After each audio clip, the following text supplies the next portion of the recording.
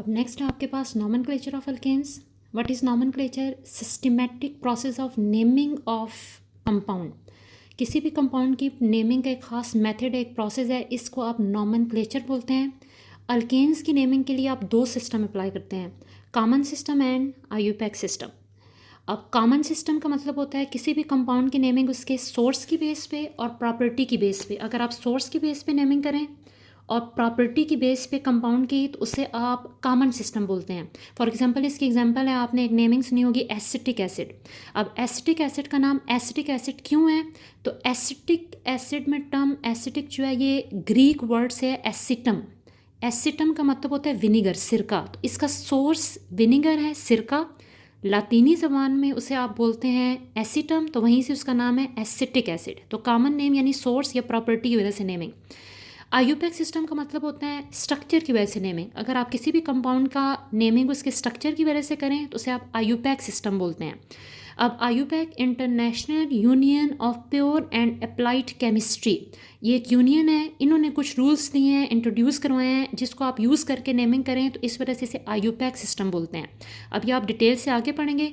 अभी आप स्टार्ट करते हैं common system of alkanes. Alkanes की नेमिंग आप कॉमन सिस्टम में कैसे करेंगे? सबसे पहले जो कॉमन नेम है अल्केन का वो दो वर्ड से कंपोज होगा, दो वर्ड्स होंगे. जो नेमिंग में फर्स्ट वर्ड यूज़ होता है उसे आप प्रीफिक्स कहते हैं, और जो एंड वर्ड यूज़ होता है उसे आप सफिक्स कहते हैं. अब प्रीफिक्स क्या यूज़ करना है? जो प्रीफिक्स है वो ग्रीक लैंग्वेज से है, और ये जो प्रीफिक्स है ये रिप्रेजेंट करेगा carbon number. Most important property carbon number है अल्केन का. सो जो हम स्टार्ट ऑफ द नेम यानी प्रीफिक्स लिखेंगे वो कार्बन के नंबर को रिप्रेजेंट करेगा.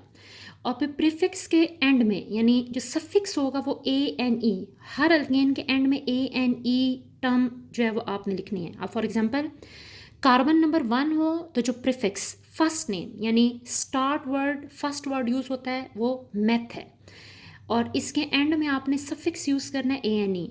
मेथ और ए एन ई इनको कंबाइन कर दें तो ये मीथेन बन जाएगा. सो फर्स्ट नेम है मीथेन, फर्स्ट अल्केन का नेम. बिल्कुल ऐसे ही सेकेंड अल्केन में जो टर्म एथ है स्टार्ट में लिखना है, इसे प्रीफिक्स कहेंगे.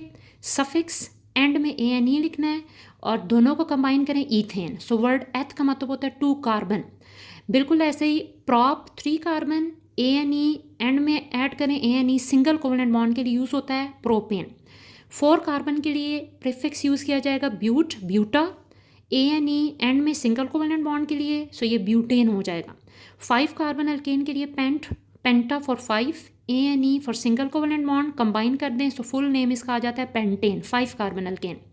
हेक्सा और hex for 6 carbon, A N E for single covalent bond, full name हो जाएगा हेक्सेन. हेप्ट 7 कार्बन को रिप्रेजेंट करेगा, ए एन ई सफिक्स है which represent single covalent bond, और हेप्टेन कंबाइन करके फुल नेम इसका हेप्टेन है, 7 carbon alkane. Oct for 8 carbon, A N E for single covalent bond, octane 8 carbon alkane का full name है. Non for 9 carbon, A N E for single covalent bond, nonane for 9 carbon alkane. Dec for 10 carbon, A N E for single covalent bond, decane for 10 carbon alkane. ये इसका आपके पास आ जाता है IUPAC ने common name. Next आपके पास common naming में ही कुछ terms use होती हैं, और ये भी कॉमन नेमिंग में ही आती हैं.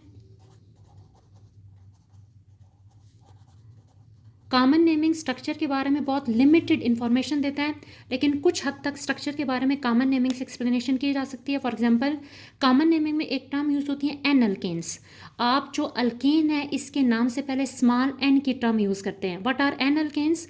Straight chain arrangement of carbon atom. जितने भी कार्बन हैं, 5 हैं, 6 हैं, 8 हैं, 10 हैं, अगर कार्बन स्ट्रेट चेन में अरेंज हों तो आप ऐसे अल्केन के नाम के स्टार्ट में टर्म एन लिख देते हैं, और यहाँ पे एन का मतलब है फॉर नॉर्मल.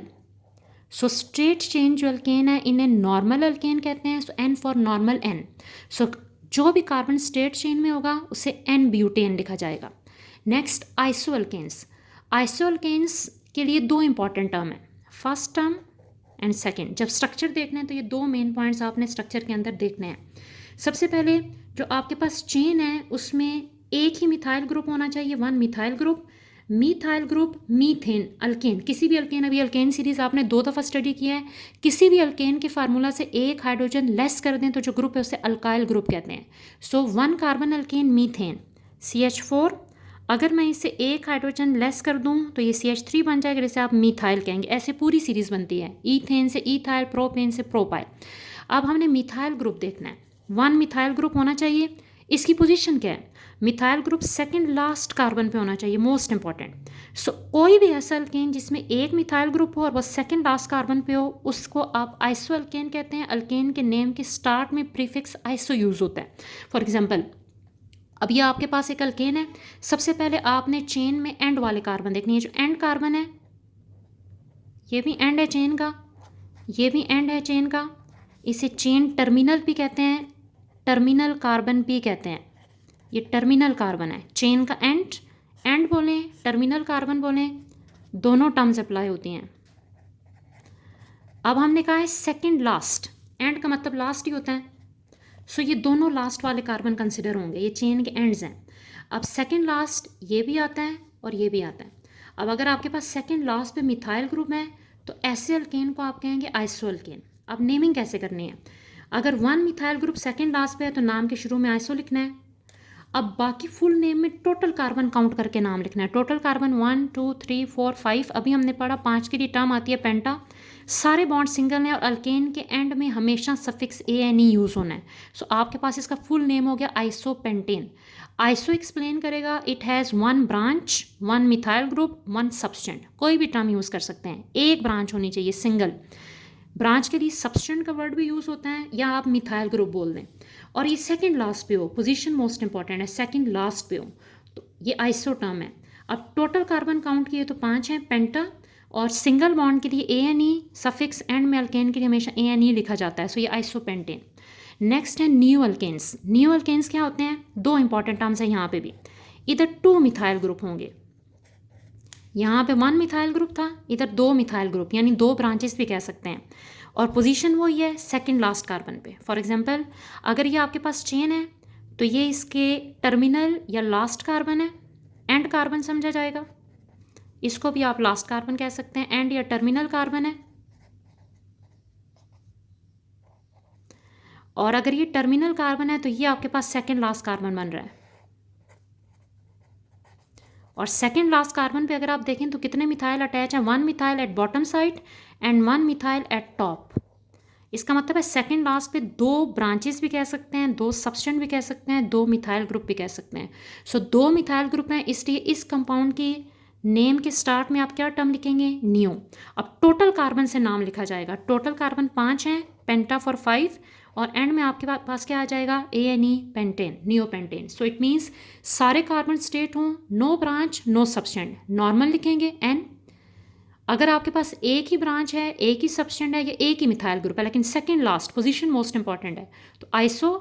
और अगर 2 मिथाइल ग्रुप में एट सेकंड लास्ट, यानी 2 ब्रांचेस हैं सेकंड लास्ट पे, तो उसे आप क्या कहेंगे? नियोपेंटेन।